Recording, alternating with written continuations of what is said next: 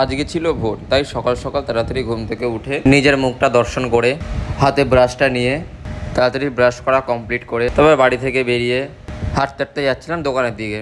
দোকানে এসে সকালের টিফিনটা নিয়ে চলে আসলাম বাড়িতে। এবার সকালের টিফিনটা করে নিলাম, তারপরে হাঁটতে হাঁটতে যাচ্ছিলাম আমাদের আড্ডা দেওয়ার জায়গা। তারপরে আমাদের আড্ডার জায়গায় কিছুক্ষণ সময় কাটিয়ে এরা সব বলছিল আম পাড়তে যাবে, তাই এদের সাথে আম পাড়তে গেলাম। আর আম গাছে এসে দেখি এখানে খুব একটা আম ছিল না, আর আম গাছে ছিল 2-3টে আম।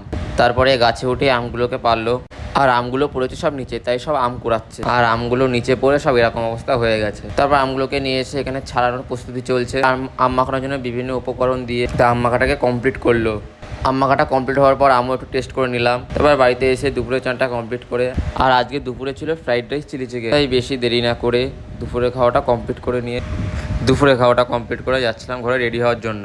রেডি হয়ে যাচ্ছিলাম ভোট দিতে। ভোট দেওয়া কমপ্লিট করে আজকের মিনি ব্লগটা শেষ